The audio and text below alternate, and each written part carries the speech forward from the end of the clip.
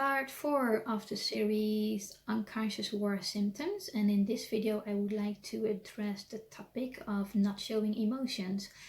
So just to repeat of what I've said in my other videos, these topics are seen from my own perspective, how I have experienced this in my own life.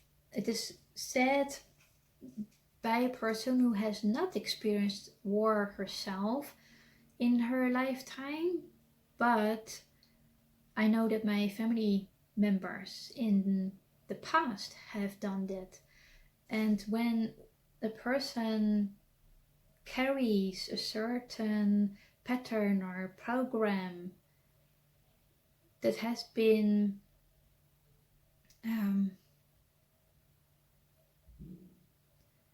created in a time of war, that can be passed down to their children and so on.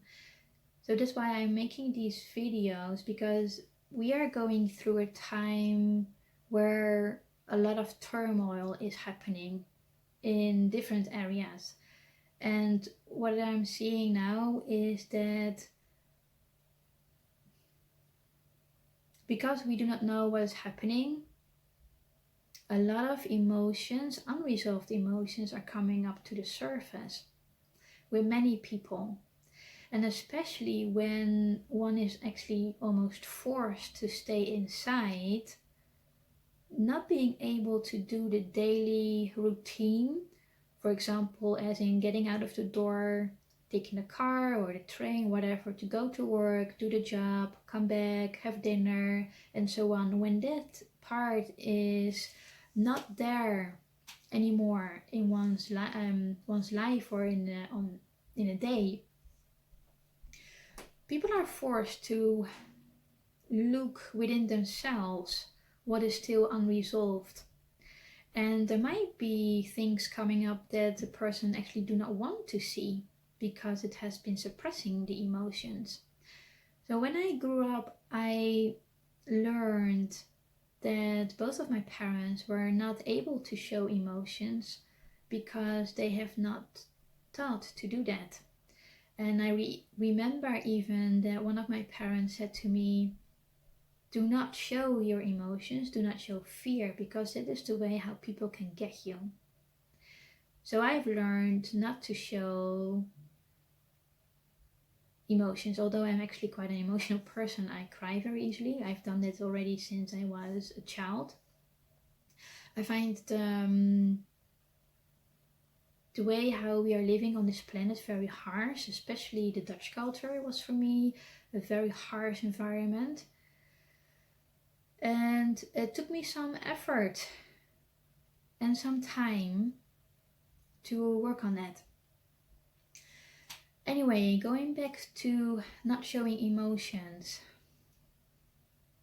I believe it is a way of survival as well, not to show someone how you're truly feeling. And there are even ancient cultures that actually say, do not show how you really feel, because that is, how do I say that? You lose in your face. You lose in your face when you actually show how you truly feel. And I really find that a pity, because it is the way, or not because, but it is a way how to suppress your emotions. And when a person is not dealing with that correctly, it can develop into a physical symptom. It can even create illness, and not one of the prettiest illnesses. Emotions that one feels, it can be like overwhelming to deal with it, because a person doesn't want to feel it. Or I'm not saying like a certain person, but generally speaking, maybe a person doesn't want to deal with it. And as said in one of my, I think it was the first video I did about this topic about this subject, was that I have clients who felt emotions coming up to the surface and they stopped the treatment because they said, I don't want to feel this. They actually became upset and say, I don't want to feel my emotions. especially in this time, I actually would like to address the importance of getting into your emotional baggage and see what's in there, how it is related to patterns or programs that is related maybe to your ancestors. Is it something that has been taught from generation to generation without actually asking or wondering why one actually would live in a certain way or how to deal in life in a certain way? Yeah, I think it is time for me to channel Carla and see what they have to share on this topic.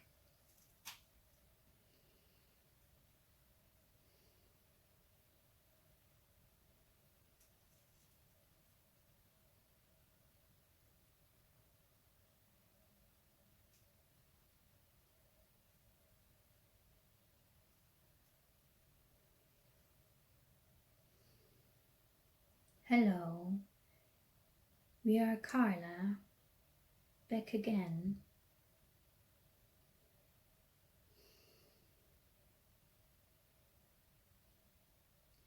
Your emotions is somehow a radar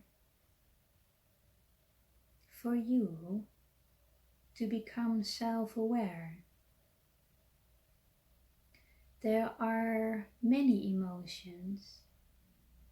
There's anger, sadness, fear, and so on.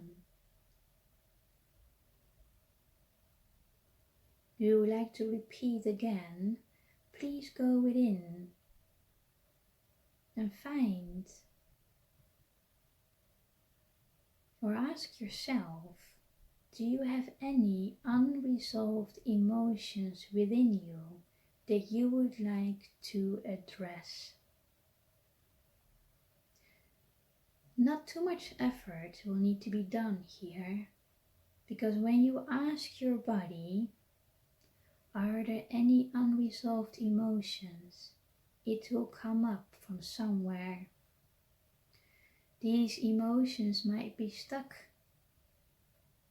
in your back. Maybe it is related to your breathing. Maybe it's related to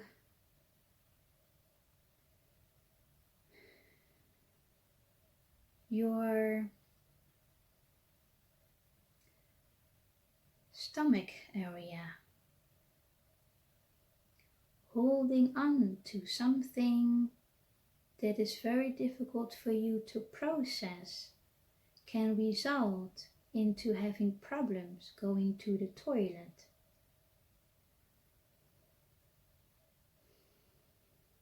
Ask your body, what does this pain mean in my arm? Why am I squeezing my hand so tightly?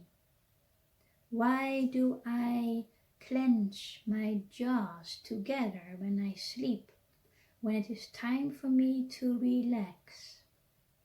Why can I not relax my jaws? What is it that I want to hold on to?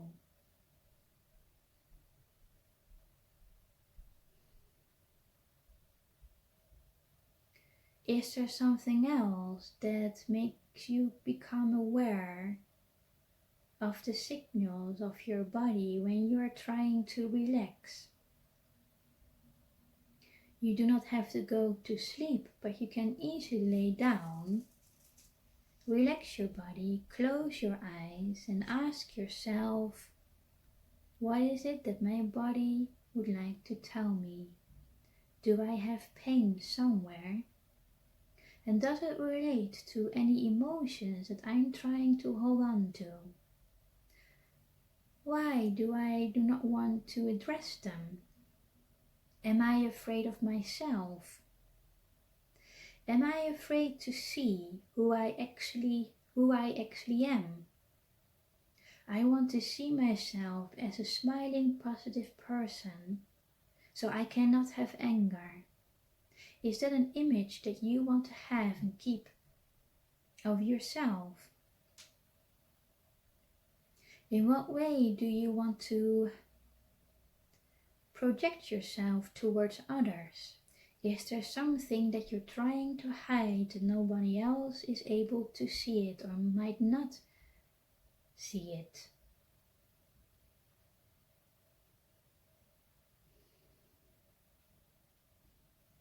Have you tried to talk about it, and when you did, was it successful, and when not, why not? Did you try and talk to the correct person? Maybe you can try again with someone who has had the same kind of life experience.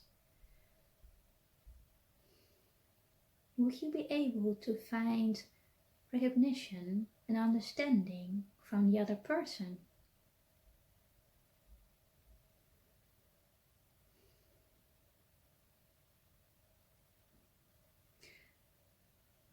Holding on to something is also trying to control.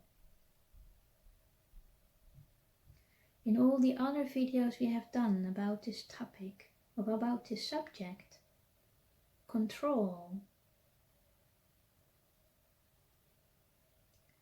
can be connected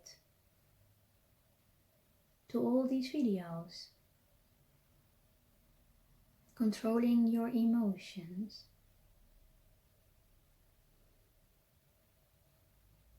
controlling what is happening around you.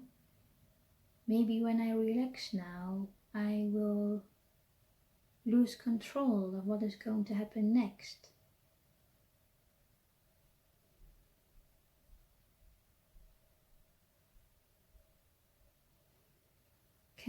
Control can relate as well to toilet problems. We do not want to go into specifics, but we are sure that you understand what we are trying to say here. What are you trying to hold on to? What is it that you do not want to let go of? Maybe you can start with a list what it is. There's not much effort when it comes to this exercise. You can just sit down at the table with a pen and paper, and thoughts will come up. All the things that your body would like to address. Now that you are at home, you will be asked to look at yourself. It is very difficult, especially when you are not alone and have to share the space with someone else. When things are unspoken so far, please create opportunity to speak to each other. Speak your true feelings. What is bothering you? And what can you do to resolve it?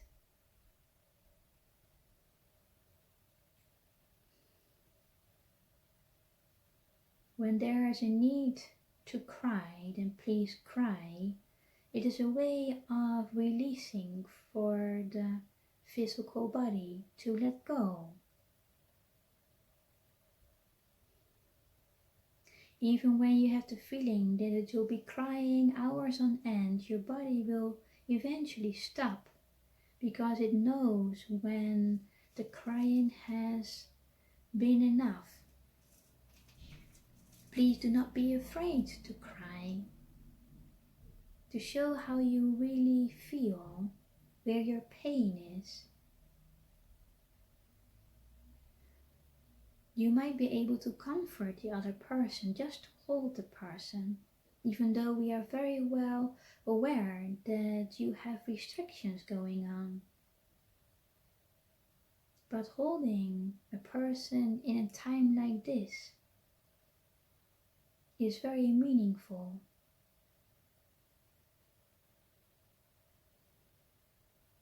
Even holding each other without saying anything is meaningful.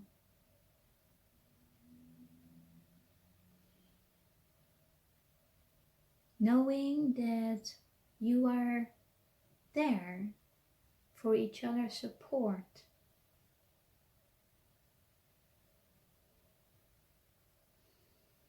It is time now, dear ones, to move forward and to let go of what does not serve you anymore.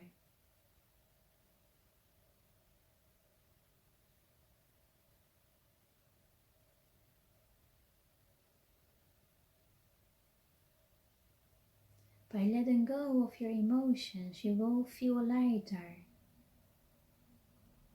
And when you feel lighter, more light will shine from within. And more light from within, your surroundings will notice. It's a ripple effect.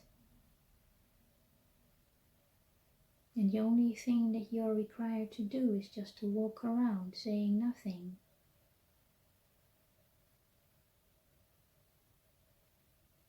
But you are required to go within. Are you ready, dear one?